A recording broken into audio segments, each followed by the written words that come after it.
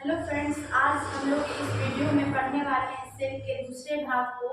इससे पहले वाले वीडियो में हमने पढ़े थे सेल के पहले पार्ट में सेल के जो भी सेल ऑर्गेनल्स थे उसके बारे में। अगर आप इस सेल के पहले पार्ट को नहीं देखे हो तो पहले उस पार्ट को देखिए। चलो एक बार रिव्यू लेते हैं कि हमने उस वीडियो में क्या देखा था। तो मैंने बताया था कि सेल की खोज रॉबर्ट हुक ने की थी। सेल जो होती है शरीर की सबसे छोटी इकाई होती है। तो अब बात करूं, सबसे पहले मैंने देखा था कोशिका झिल्ली। कोशिका झिल्ली कोशिका झिल्ली जो है सिर्फ कोशिका झिल्ली पादप और जंतु दोनों में पाए जाते हैं और यह प्रोटीन का बना होता है, ठीक है। और नंबर 2 देखा था कोशिका भित्ति। कोशिका भित्ति जो है पादप कोशिका में पाई जाती है और यह सेलुलोज का बना होता है। फिर उसके बाद हमने देखा था एंडोप्लाज्मिक रेटिकुलम, ठीक है। यह दो तरह के थे, स्मूथ एंडोप्लाज्मिक रेटिकुलम और रफ एंडोप्लाज्मिक रेटिकुलम। स्मूथ में वसा का निर्माण हो रहा था और रफ में जो है प्रोटीन का निर्माण हो रहा था। उसके बाद हमने देखा था राइबोसोम, ठीक है। राइबोसोम जो कि जिसे प्रोटीन की फैक्ट्री के नाम से जाना जाता है। उसके बाद हमने देखा था माइटोकॉन्ड्रिया। माइटोकॉन्ड्रिया को power house of the cell कहा जाता है। माइटोकॉन्ड्रिया इसमें श्वसन का काम होता था और ये अर्धशेषित में मिलाकर एक ग्लूकोज का निर्माण करती थी माइटोकॉन्ड्रिया, और यह ऊर्जा का संग्रह भी करती थी। उसके बाद हमने देखा था लाइसोसोम जिसे आत्महत्या की इकाई कहा जाता था। इसमें जल अपघटक एंजाइम होते थे जो भी कोशिका के अंदर जो भी कोशिका में काम नहीं करते थे वो इसे विघटन कर देते थे। चलिए अब राइबोसोम को एक बार फिर से हम लोग देखते हैं। राइबोसोम की खोज पैलेडे ने की थी। राइबोसोम की खोज किसने की थी? पैलेडे। क्या? और राइबोसोम जो है उसका मुख्य काम है प्रोटीन संश्लेषण का। राइबोसोम का मुख्य काम क्या है? प्रोटीन संश्लेषण। राइबोसोम में भी दो तरह के होते हैं, एक होते हैं 70S और दूसरा होता है 80S। अब बात करें एस का मतलब क्या होता है, तो एस का मतलब होता है सेडिमेंटेशन कोएफिशिएंट। क्या होता है? सेडिमेंटेशन कोएफिशिएंट, ठीक है। अब मैं बात करूं कि सेडिमेंटेशन कोएफिशिएंट क्या होती है। सेडिमेंटेशन कोएफिशिएंट मतलब होता है कि पानी में कौन कितना जल्दी नीचे बैठ जाता है। दो तरह के राइबोसोम है, 70S और 80S। यहाँ पर है कि जब 70S और 80S को पानी में रखा जाए तो जिसका साइज बड़ा होगा वो ऊपर रह जाएगा, नीचे बैठ जाएगा, और जिसका साइज छोटा है वो ऊपर रह जाएगा, ठीक है। तो 80S जनरली जो है बड़े सेल में पाए जाते हैं। यूकैरियोटिक जो भी एनिमल होंगे उनमें 80S राइबोसोम पाया जाएगा, और जो प्रोकैरियोटिक सेल होंगे उसमें 70S पाया जाएगा। प्रोकैरियोटिक, ठीक है। आगे हम लोग जानेंगे यूकैरियोटिक क्या होता है और प्रोकैरियोटिक सेल क्या होता है, ठीक है। बस जानिए जो यूकैरियोटिक सेल होता है उसमें 80S राइबोसोम पाया जाता है और जो प्रोकैरियोटिक होता है उसमें 70S राइबोसोम पाया जाता है, ठीक है। अब इसके बाद बात करूं अगले कोशिकांग की, तो अगले कोशिकांग है सेंट्रोसोम, जिसको हम कहते हैं कारक गाय। इंग्लिश में कहते हैं सेंट्रोसोम। सेंट्रोसोम, ठीक है। इसकी जो खोज है, खोजकर्ता का नाम बोबरी। इसकी खोज बोबरी ने की थी और इसका काम है कोशिका विभाजन। एक कोशिका से नए कोशिका में विभक्त होना, दो नई कोशिकाओं में कोशिका विभाजन। यह जनरली जंतु में पाए जाते हैं, और पादप की बात करूं तो कुछ छोटे पौधों में पाया जाएगा। सेंट्रोसोम का काम है कोशिका विभाजन करना। लेकिन अब बात करूं अगर पादप में यह नहीं पाए जाते हैं तो पादप में कोशिका विभाजन कैसे होता है, तो पूछा जाएगा पादप में कोशिका विभाजन कैसे होता है। तो पादप में कोशिका विभाजन सेल प्लेट के द्वारा होते हैं, कोशिका प्लेट के द्वारा होता है। और जंतु में सेंट्रोसोम से होता है कोशिका का विभाजन। ठीक है, तो आई होप आपको समझ में आ गया होगा सारा का। आगे बढ़ते हैं, आगे एक गोल्जी बॉडी, क्या है गोल्जी काय इसको कहते हैं और इंग्लिश में कहते हैं गोल्जी बॉडी, गोल्जी बॉडी या गोल्जी apparatus। इसकी जो खोज है, खोजकर्ता का नाम हुआ है कैमिलो गोल्जी। इतना आसान है, गोल्जी काय की खोज किसने की? Camillo Golgi. और इसका काम है परिवहन का काम। अब परिवहन में क्या करना है कि जैसे कि मैं अभी पढ़ा रही हूँ, मुझे मेरे जीभ को ज़्यादा एनर्जी की जरूरत है। कोई अगर एथलीट दौड़ रहा है तो पैरों की जरूरत है, ठीक है। कोई अगर हॉकी खेल रहा है उसके हाथों की जरूरत है एनर्जी को। तो सारी कोशिका एनर्जी का निर्माण कर रही है, तो कोई तो ऐसा होना चाहिए कि जिस पार्ट को ज़्यादा एनर्जी की जरूरत है और जहाँ कम है वहाँ से एनर्जी को लेके जहाँ जरूरत है वहाँ ट्रांसफर करने की, तो वो ट्रांसपोर्ट का काम गोल्जी काय करती है। ठीक है, गोल्जी काय को हम ट्रैफिक पुलिस एनर्जी जहाँ कम जरूरत है वहाँ से लेके अधिक जरूरत वाले भाग में एनर्जी को ट्रांसफर करते हैं। ठीक है, तो हमने अभी पढ़ा राइबोसोम दो तरह के हैं, 70S और 80S। 70S छोटे जो सूक्ष्म जीव है प्रोकैरियोटिक सेल, इसमें प्रोकैरियोटिक एनिमल उसमें पाया जाता है, और जो 80S है यूकैरियोटिक सेल में पाया जाता है। ठीक है, उसके बाद हमने पढ़ा ताराटाइट सेंट्रोसोम जिसका काम है कोशिका विभाजन का काम करना। उसके बाद गोल्जी काय जिसका काम है ट्रांसपोर्ट परिवहन का। चलिए आगे बात करते हैं।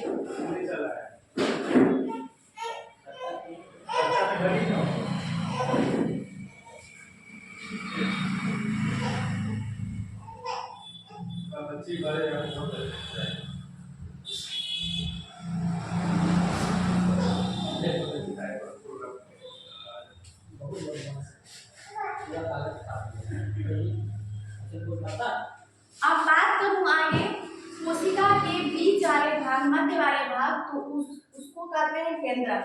ठीक है, केंद्रक को इंग्लिश में कहते हैं न्यूक्लियस। सेल के बीचों बीच केंद्रक होता है। ठीक है, और ये सबसे मेन होता है कि इसे कोशिका का मस्तिष्क कहा जाता है, ब्रेन कहा जाता है। ठीक है, मस्तिष्क इट मींस ब्रेन कहा जाता है। अब ब्रेन का क्या काम है? पूरे सेल को कंट्रोल करने का। अगर सेल का ब्रेन केंद्रक है तो इसका काम है पूरे सेल को कंट्रोल करना, नियंत्रण करना। ठीक है, इस तरह से ये नियंत्रण करता है तो ये नियंत्रक हो गया। ठीक है, कंट्रोलर कहेगा सेल का कंट्रोलर कौन है? तो केंद्रक है। ठीक है, नियंत्रक कौन है? तो केंद्रक है। तो केंद्रक आपको समझ में आ गया होगा। और केंद्रक की खोज किसने की थी? तो केंद्रक की खोज रॉबर्ट ब्राउन ने की थी। रॉबर्ट ब्राउन ने की थी। अब केंद्रक के अंदर की बात करूं तो केंद्रक के अंदर धागे जैसी संरचना पाई जाती है जिसे हम कहते हैं गुणसूत्र। ठीक है, क्या कहते हैं? गुणसूत्र। इंग्लिश में कहते हैं क्रोमोसोम। ठीक है, यह कैसी होती है? धागे जैसी संरचना होती है, धागे जैसी संरचना होती है। इसी के अंदर पाया जाएगा जीन, डीएनए, आरएनए, ये सारे चीज किसके अंदर पाए जाएंगे?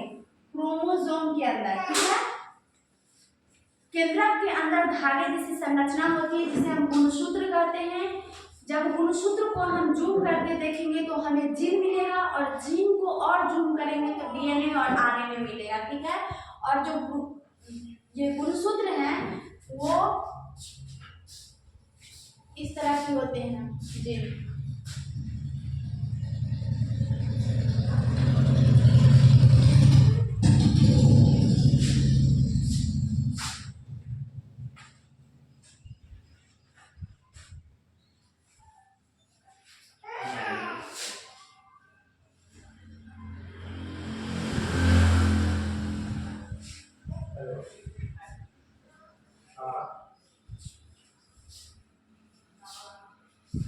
कौन बोल रहे हैं? इस तरह के होते हैं जीन, ठीक है। इसके अंदर डीएनए होता है, डीएनए। आप क्रोमोसोम की बात करूं तो मेल और फीमेल, ठीक है। आप एक बार पूरा थे ना क्लास के लिए? मेल जो है 20 गुणसूत्र जो होते हैं मानव में 23 जोड़ी होता है, इट मींस 46। तो 22 जोड़ी जो होंगे सेम होंगे, मेल और फीमेल दोनों में 22 जोड़ी सेम होगा। मेल में जो होता है एक XY होता है और फीमेल में XX। आप देखोगे तो मेल और फीमेल का 90% बॉडी सेम होता है, बस 10% जो जना नहीं होते हैं वो डिफरेंट होते हैं। तो मेल में X और Y के कारण डिफरेंट हो जाता है और फीमेल में XX के कारण। तो जो 22 जोड़ी क्रोमोसोम है वो सेम होते हैं, ठीक है। गुणसूत्र कहते हैं हिंदी में क्रोमोसोम। यहाँ पे जो मर्चन पंचायत चौक पर जो इंस्टीट्यूट है वहाँ है कैसे बोल रहे हैं?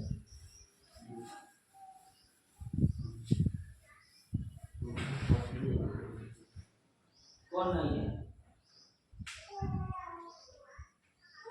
वो तो आज भी मिली थी 2 दिन पहले। वो बोल रहे थे कंपटीशन क्लास कब से स्टार्ट होगा।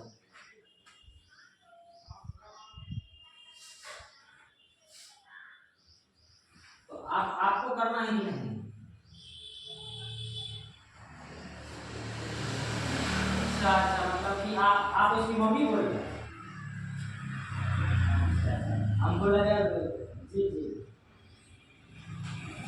चलिए आगे बात करें सीरिया एंड फ्लेजला। आप देखिए सीरिया और फ्लेजला कैसे करते हैं। ये है आपका कोशिका झिल्ली, कोशिका के बाहरी आवरण, इसके ऊपर में ऐसे ऑर्गन होते हैं, ठीक है। ऐसे उंगली जैसी संरचना होती है। तो जो छोटे होंगे उसे हम सीरिया कहेंगे और जो बड़े होंगे उसको फ्लेजला कहेंगे। इसका काम है, ये हेयर लाइक स्ट्रक्चर होते हैं, बाल जैसी संरचना होती है, ठीक है, बाल जैसी संरचना। इसका क्या काम है, यह मूवमेंट में का हेल्प करता है, चलने फिरने में, मूवमेंट में और फीडिंग में, खाने में। आपका यार क्या खाने में जो भी पोषक तत्व होते हैं सेल के अंदर जो चूसा जाता है, इसी सीरिया और फ्लेजला के हेल्प से चूसा जाता है, ठीक है। तो पूछेगा सीरिया और फ्लेजला का मुख्य काम क्या है, मूवमेंट और फीडिंग, पोषक तत्व को चूसना और मूवमेंट में, एक जगह से दूसरी जगह सेल को मूव करने में हेल्प करता है, ठीक है। अब नेक्स्ट जो है, अब जिस तरह से हमने पढ़ा कि सेल के बाहर एक कोशिका के बाहर कोशिका झिल्ली होती है जो कोशिका को आकार प्रदान करती है, इसी तरह से केंद्रक के बाहर भी एक केंद्रक झिल्ली होती है, ठीक है। केंद्रक झिल्ली होती है जिसको हम न्यूक्लियर मेम्ब्रेन कहते हैं। ये सबसे पहले यह केंद्रक और जीव द्रव जो बाहर है, ठीक है, केंद्रक को अलग करती है, ठीक है। केंद्रक को बाकियों से क्या करती है, अलग करती है ये, और केंद्रक को एक आकार प्रदान करती है। किसको आकार प्रदान करती है, केंद्रक को। इसके अंदर जो क्रोमोसोम के आकार दिखा जाता है, केंद्रक को क्या करती है, आकार प्रदान करती है। क्लास कम से कम काट करके देखेंगे कैसा लगेगा। अगर अच्छा लगा तो ठीक है, नहीं तो फिर अपना देख लीजिए।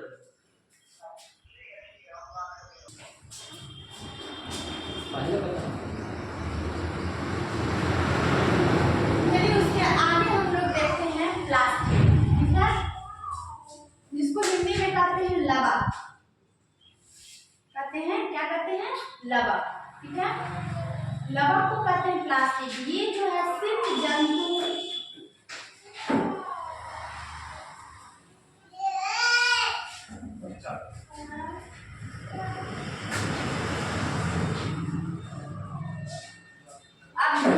अब देखते हैं हम लोग प्लास्टिक। प्लास्टिक जो है,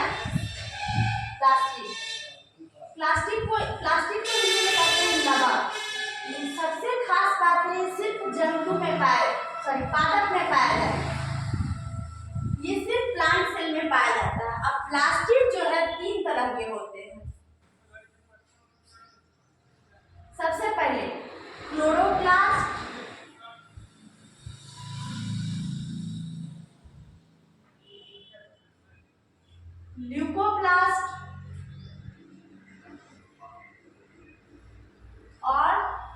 क्रोमोप्लास्ट।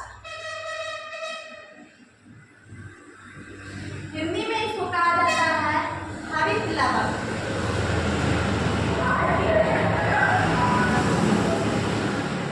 हिंदी में बोला जाता है हरित लवक, ल्यूकोप्लास्ट को अवर्णित लवक।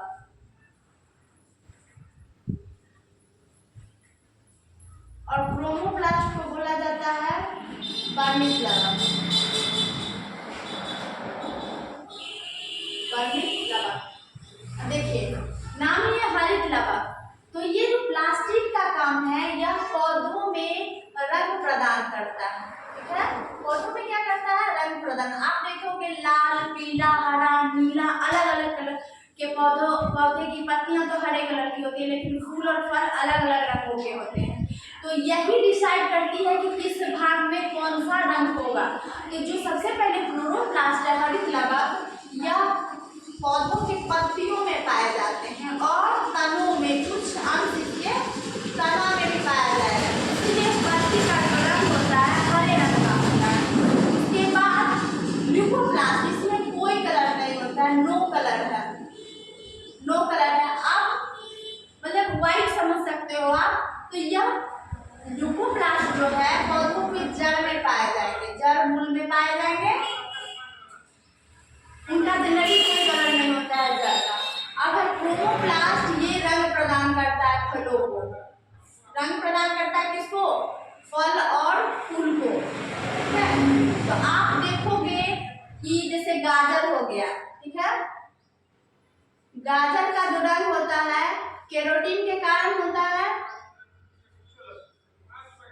चुकंदर हो गया, चुकंदर का जो कलर होता है बीटानोन के कारण होता है। ठीक है, टमाटर लाइकोपीन के कारण होता है।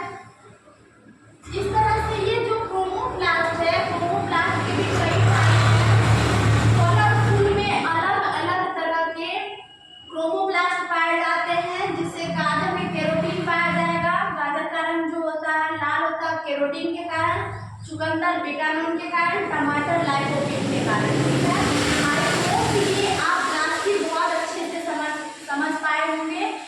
प्लास्टिक जो है सिंपल है, पूछेगा लवक किसमें पाया जाता है, जंतु या पादप? तो जंतु को तो कोई कलर की जरूरत ही नहीं है, तो पादप में प्लास्टिक पाए जाते हैं। प्लास्टिक 3 तरह के होते हैं, chloroplast, leucoplast, chromoplast. Chloroplast green colour प्रदान करता है जो कि पत्तियां और तनों में होता है। ल्यूकोप्लास्ट में जो है कोई कलर नहीं होता है, तो जड़ में रहता है। और क्रोमोप्लास्ट रंग प्रदान करता है, तो फल और फूल में पाए जाते हैं। तो उसके कई टाइप हैं, आप देख सकते हो। ठीक है, उसके बाद और कुछ बचेगा? हाँ, ठीक है, आप